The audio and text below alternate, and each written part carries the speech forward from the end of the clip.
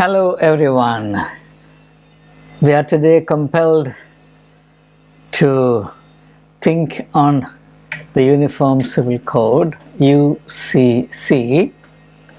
Perhaps it should be better called CCC, Common Civil Code. All of a sudden, the BJP government led by Prime Minister Modi has discovered, contrary to the recommendation of the 21st Law Commission, that Uniform Civil Code must be implemented with expeditious haste, and that this should be the top agenda of the country. The Prime Minister has nothing to say about the tragedy of Manipur or the various other problems that plague India. There's only one problem that occupies his mind, his attention, and that is the implementation of the Uniform Civil Code. Well, to be fair to him, it needs to be said that he is following faithfully the promises made in the election manifesto of the BJP. It was promised that Article 370 will be abrogated and Uniform Civil Code will be implemented. And it also needs to be mentioned that among the promises thus made is also the promise to address Article 30 sub-Article 1, which confers on religious and linguistic minorities the right to establish and run institutions of their choice, and probably the turn for Article 30 sub-Article 1 will come. But that's a far more complicated issue as compared to UCC, because UCC is in the Directive Principles of State Policy, Article 44 of the Indian Constitution, whereas the educational rights conferred on religious and linguistic minorities is in the Fundamental Rights, Chapter 3 of the Indian Constitution, which is, or Article 30 sub-Article 1. Now, I don't have to mention this, that the activation of the UCC issue at this time is clearly done with an eye on the impending elections, both some of the important state elections that are due later this year and the 2024 general elections, to which obviously great importance is attached. Now, I cannot really address all aspects of the Uniform Civil Code issues in one video, therefore I'll be also following up on this through a couple of other videos subsequently, but here I'll make only a few preliminary observations. Now, the idea of bringing about some standardization of the laws applicable to the personal aspects, the personal freedoms, or the personal rights of individuals, or they're called personal laws, as against criminal laws and civil laws. This is indisputable. I mean, no one would really insist that different religious groups should have different sets of personal laws, and especially if these laws are archaic and are in conflict with the ideals of modern life. For example, if there are personal laws, religion-based personal laws that are seen to be in a state of frontal conflict with the fundamental values enshrined in the Constitution of India, namely equality of rights or right against discrimination, so on and so forth, discrimination between male and female, then surely there is absolutely no justification for retaining or allowing such religion-based discrimination to continue, because the Indian Constitution is pledged to disallow every form of discrimination, including discrimination based on religion and gender. Unfortunately, in the religious context, discrimination based on gender is quite widespread, and I'm someone who supported Prime Minister Modi's initiative to abolish the triple talaq. The Muslim intellectuals will try to defend the triple talaq in their own way, but some of the more enlightened Muslim intellectuals have spoken up vehemently against triple talaq, and therefore, it's not that triple talaq has uniform endorsement from all members of the Muslim community. Today, I want us to focus only on one particular issue, and that is, ideally, religious reform or reforming laws based on religion, the practice of religion, should be done from within the religious community. That's the ideal state. But if you are realistic, you will know that that's the last thing one can expect. If you really expect, or if you assume that religious communities will reform their personal laws, you're completely off the track. Such a thing has not happened. So I don't expect such a thing to happen for the reason that all religious communities are dominated by the priestly class, and the special genius of the priestly class is in the zealous perpetuation of all archaic forms, because they attach supreme value to the superficialities of religion, and because that's where their expertise lies. Now, when a religious community refuses or proves its incapacity to reform itself over a long period of time, and it still entertains practices, customs, even laws that are contrary to the ideals and values of the fundamentals of the Indian Constitution, then a need arises to address that issue. I don't think it can be defended in any manner whatsoever, and those who believe that these aberrations can be and need to be defended are not only doing disservice to the Indian Constitution, they're also doing a disservice to their own community, because they're simply perpetuating the disabilities, the aberrations, and the infamy of their own community. If you take your religion seriously, then you also take your duty to reform religious practices applicable or perpetuated by your religion even more seriously, because to take a religion seriously is to keep that religion in its purity. And it is quite obvious that a religion which progresses through time over a long period in history gathers to itself various forms of aberrations. It cannot but happen that way. And these aberrations were not recognized as aberrations in their time, because today we're talking about them or thinking of them in hindsight. So what seems to us as indefensible aberrations or discriminations did not seem to be discriminations in the specific context in which these practices and customs came into being. And therefore in those days people did not have the wisdom or a sense of purpose in reforming them.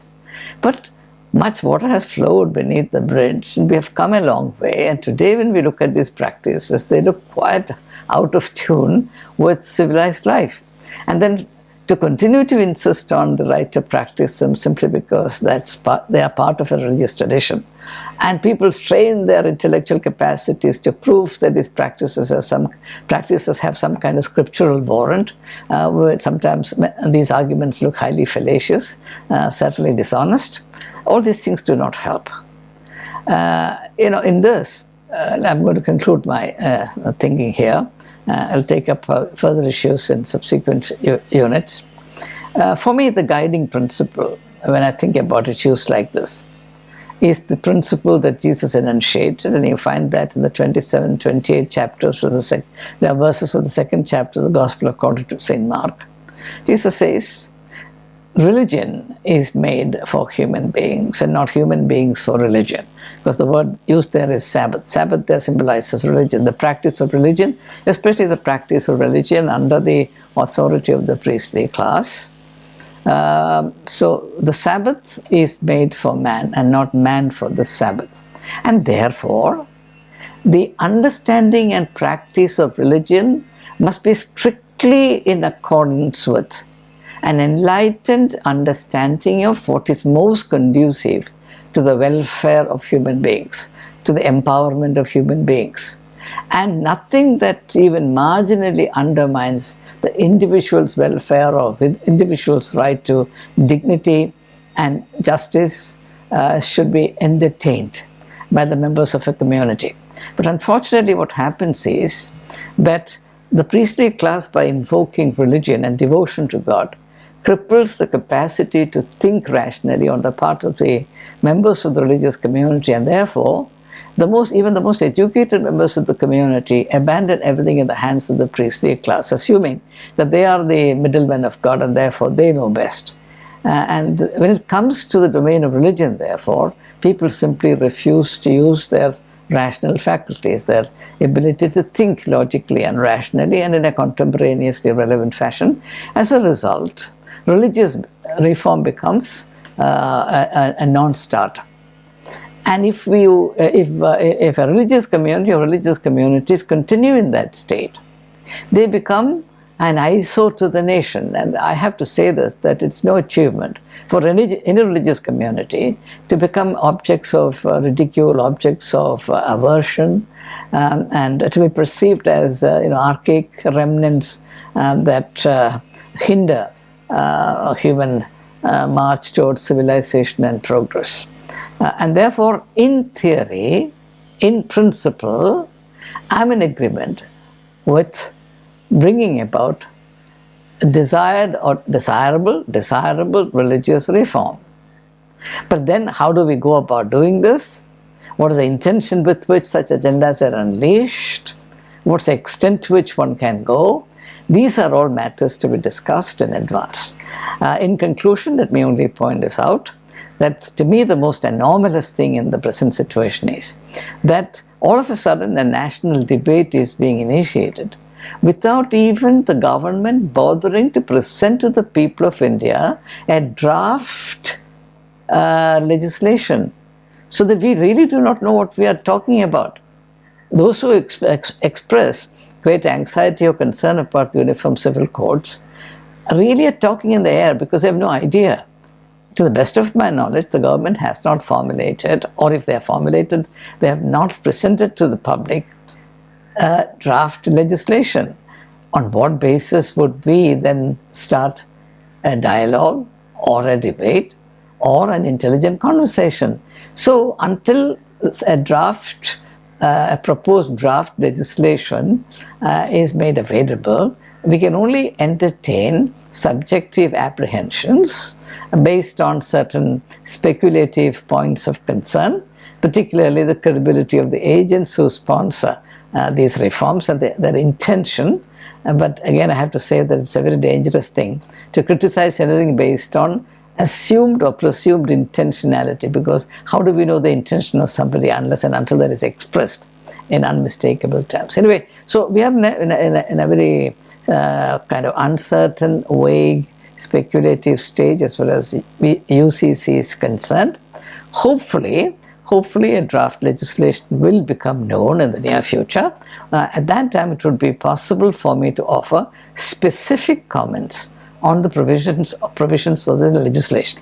For the time being, let me point out that the scope of Uniform Civil Code can be reduced into 4 major areas to be covered, namely marriage, divorce, adoption, inheritance of wealth. So marriage, divorce, adoption, and inheritance. So we have to really know, we have to wait and see what kind of proposals are brought about. Will it be, for example, an attempt to impose Hindu laws uniformly on all people, or will it be an attempt to bring the religious or the personal laws of various religious communities in tune with the basic principles and ideals of the Indian Constitution? If the approach is the latter, I would readily and gladly welcome this initiative. But if the attempt is to eliminate the distinctiveness of various religious communities, I would have to say that intention is dangerously anti-democratic, because the perpetuation of the distinct identities of various groups is basic to the health and dynamism of democracy. and the Indian Constitution, the vision of the Indian Constitution was neatly summarized by Nehru. It is unity in diversity. Unity in diversity. Now, the difference between unity and uniformity, etc., these things, I'll try and point out in the next video. For the time being, I would say that my response to the present scenario is mixed.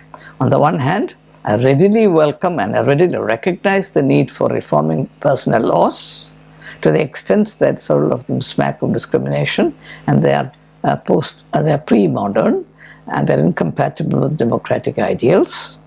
On the other hand, to the extent that for some strange reason the government has withheld the draft legislation from public knowledge, and therefore denied us the opportunity to undertake or to initiate an informed debate or dialogue on the issue. I think it's an unfair situation, and I hope that this speculative state of uncertainty will come to an end soon. At that time, I'll have a great deal more to say about the Uniform Civil Code issue. Thank you. Subscribe ചെയ്തിട്ടില്ലാത്തവർ ഇപ്പോൾ തന്നെ subscribe ചെയ്യുക. Notification ലഭിക്കുവാൻ bell ബട്ടണും അമർത്തുക.